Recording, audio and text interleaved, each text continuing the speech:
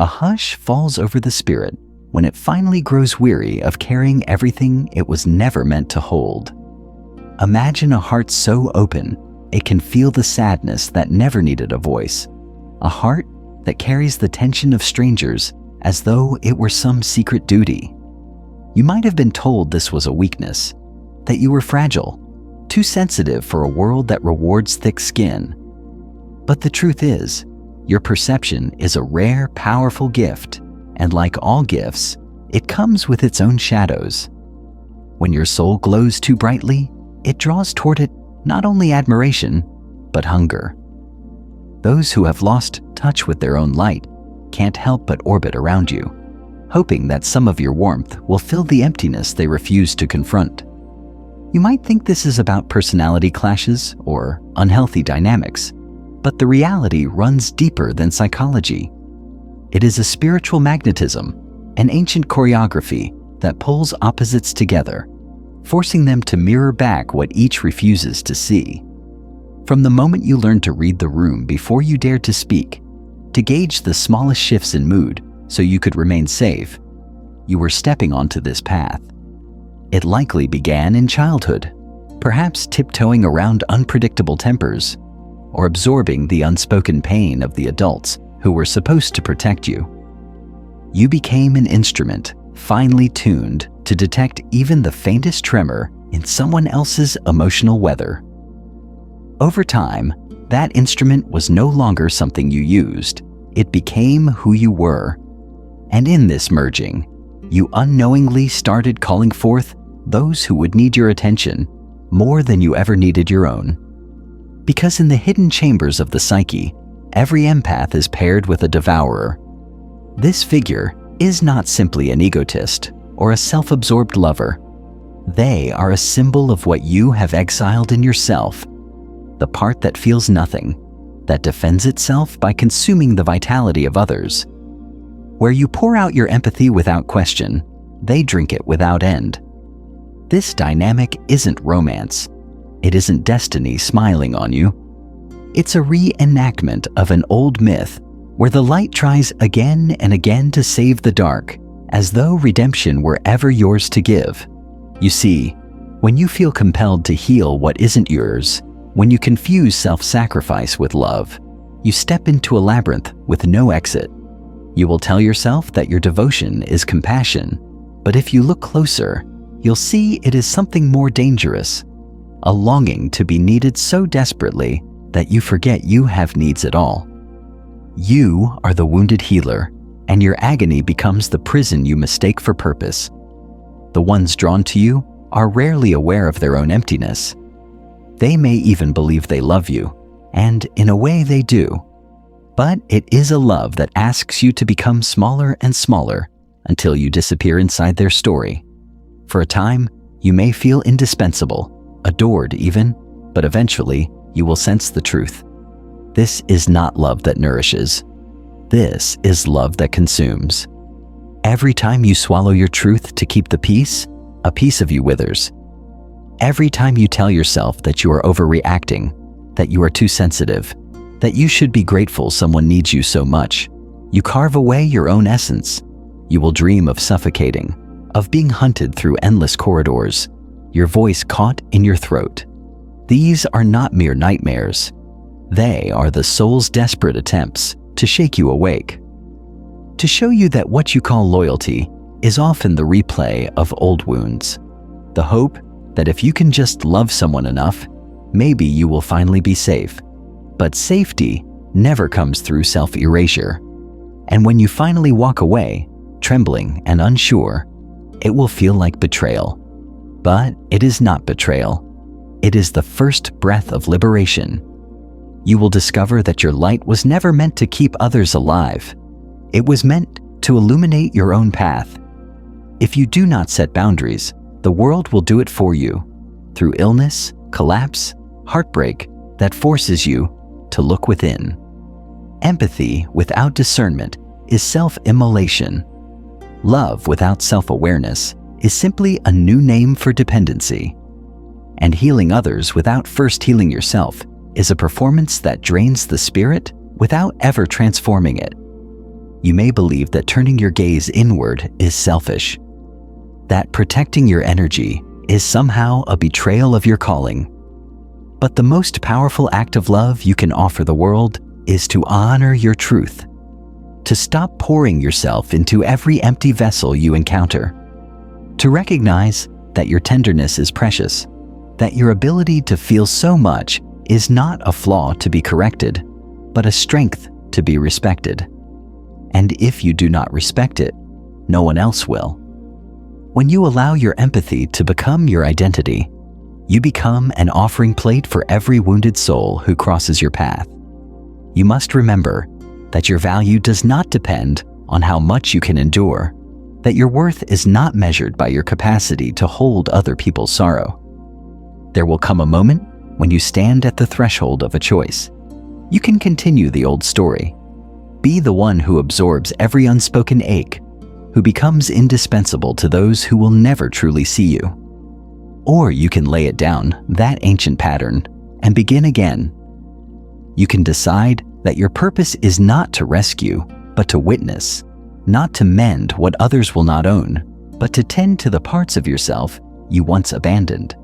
You can choose to stop hiding behind the mask of the healer, to stop believing that if you do just a little more, give just a little more, you will finally be worthy of the love you crave. When you turn your perception inward, something miraculous happens. All that sensitivity that once felt like a curse becomes clarity. You begin to see where you end and others begin. You feel the subtle tug in your chest that tells you when you are crossing a line, when you are offering more than you have to give. You notice the tightening in your belly, the ache in your heart, and you stop dismissing it as oversensitivity. You recognize it for what it is, the voice of your intuition, the compass that has been guiding you all along. And as you learn to trust this voice, you will find the courage to speak the truths you once swallowed. You will say no without guilt. You will withdraw your energy without apology. You will stop explaining your boundaries to those who benefit from their absence. You will stop performing your own invisibility to keep others comfortable. Your light will no longer flicker and fade to accommodate the darkness of those unwilling to face themselves. Instead, it will burn steady and bright, a beacon not of sacrifice, but of sovereignty. This is what frightens the world most: a soul who remembers its worth, a soul that will no longer be manipulated by flattery or guilt, a soul that refuses to call suffering love. And when you step into this remembrance, you become unrecognizable to those who once fed on your acquiescence. They will tell you you've changed, that you've grown cold, that you are selfish.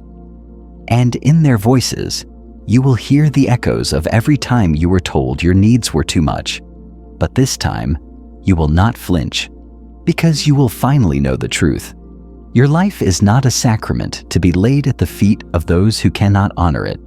Your love is not a currency to be spent on the hope that someone will finally see you. Your empathy is not an invitation for others to abandon themselves in your presence. You will begin to ask different questions. When you feel drawn to someone, you will pause. You will wonder, is this connection, or is this compulsion? Is this resonance or repetition? You will understand that not every pull in your heart is sacred. Sometimes it is an old wound dressed in the costume of destiny. Sometimes it is the whisper of a child inside you, still hoping that if you just give enough, you will finally be chosen. And when you feel that longing rise, you will not shame it. You will hold it tenderly. You will become the parent you never had. You will say, I will not abandon you again, not even for love. This is how the story changes. Not by hardening your heart, but by softening toward yourself. Not by shutting down your gifts, but by becoming their guardian. Because the greatest danger is not in what others might take from you. It is in your own unhealed need to be necessary, your own fear of being alone. When you finally see this, you take back the pen. You stop letting old patterns write your story. You begin to create a life where your light is not bartered away but cherished, where your empathy is not a liability but a superpower. A life where you are no longer the sponge for everyone's pain, but the clear vessel for your own truth. This is the revolution the world needs. Not more martyrs, not more healers exhausted and hollowed out by their devotion, but whole people who can feel deeply without losing themselves, who can care without collapsing, who can love without disappearing. You will begin to sense the difference between compassion and compulsion, between caring and caretaking, and you will no longer confuse the two. Where once you felt obligated to rescue every lost soul that stumbled into your orbit, you will discover the quiet strength in letting them walk their own path. This does not make you heartless. It makes you wise. You will see that some people are not ready to meet themselves, and no amount of your energy can change that. You will begin to honor the simple truth that you are not the answer to every ache you perceive. You are a witness, not a savior. You are a lighthouse, not a tugboat. You can shine without steering every ship to shore. There will be moments when you feel the old urges rising, the reflex to pour yourself out, to prove your worth by how much you can endure. You will feel the pull to slip back into the familiar dance where you become smaller so someone else can feel big. But now you will pause. You will breathe. You will remember that you have nothing to prove. You will remind yourself that your value is intrinsic, woven into your being, not earned by the sacrifices you make on behalf of those unwilling to grow. And when the voices of doubt come whispering, when they tell you that you are selfish, that you are cruel for setting boundaries, you will meet them with clarity instead of guilt. You will understand that this is the language of those who have benefited from your self-abandonment. You will no longer be tempted to shrink to fit the narrow definitions of goodness that require your exhaustion. You will no longer be seduced by the illusion that love requires you to suffer.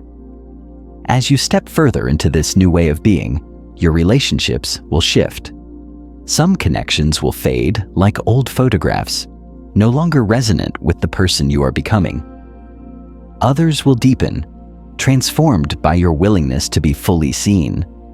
And new bonds will emerge, connections rooted not in need, but in mutual respect. You will learn that when you honor your own boundaries, you naturally attract those who will honor them too. You will notice that the exhaustion you once carried like a second skin begins to lift. The heaviness in your chest softens. You will wake in the morning without the dread that you must brace yourself for someone else's chaos. There will be a lightness, a quiet in your heart that feels almost foreign at first. This is peace. And you will come to understand that peace is not the absence of feeling, but the presence of alignment.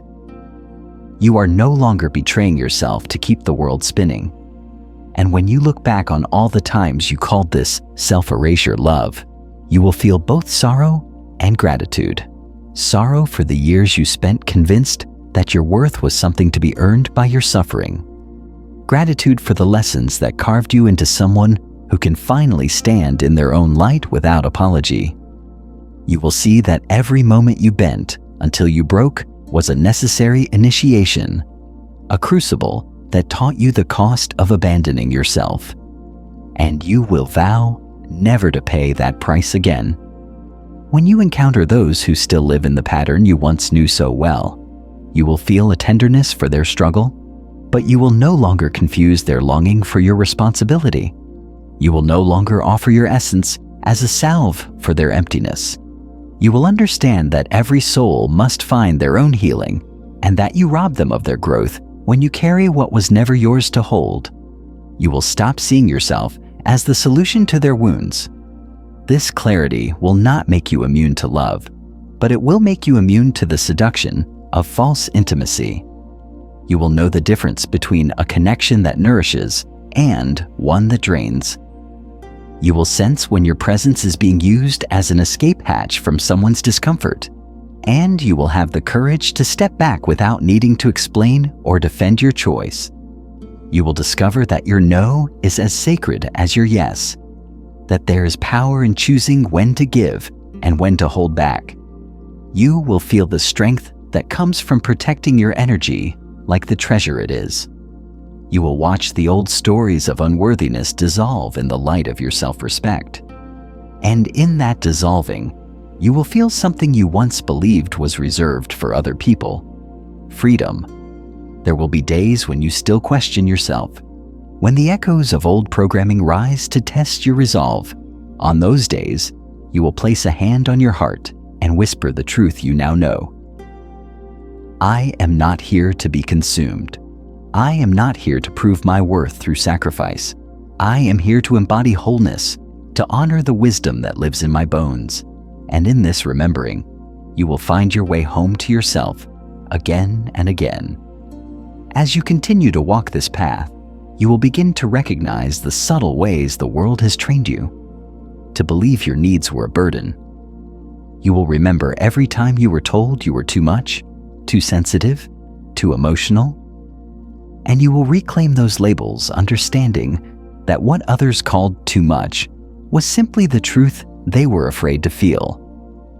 Your sensitivity is not an affliction.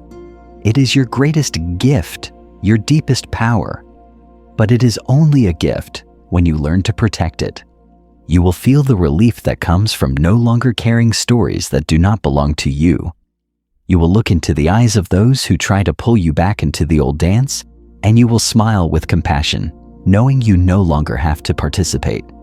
You will discover the profound joy of standing in your own energy without the compulsion to fix, to soothe, to rescue. You will understand that your light shines brightest when it is rooted in the truth of who you are. This is not the end of your empathy. It is its transformation. It is the moment when you stop using your heart as a sponge and start using it as a guide. You will learn to feel without absorbing, to care without collapsing. You will see that you can love people and still say no. You can witness their pain without making it your duty to heal them. You can offer kindness without offering yourself as the sacrifice. And as you embody this new way of being, you will notice how much energy you suddenly have. Energy that used to be spent managing other people's emotions, calming their storms, mending what they refused to face.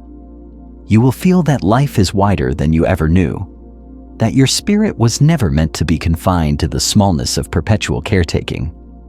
Your purpose is so much more expansive than keeping the peace at the cost of your own aliveness. In the quiet moments, when you are alone with your thoughts, you will hear a voice that once was faint, but now rings clear.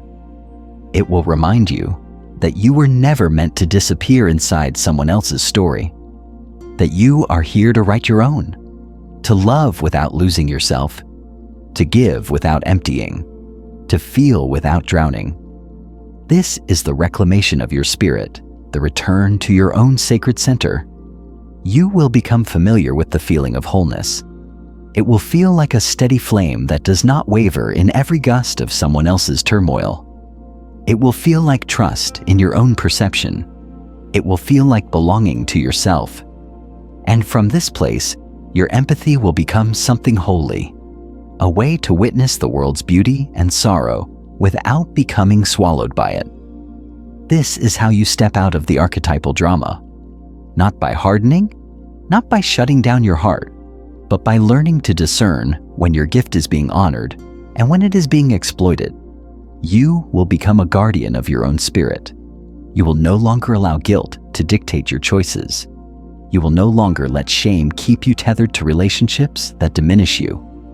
When you finally believe you deserve to be held in the same tenderness you have always offered others, everything begins to change.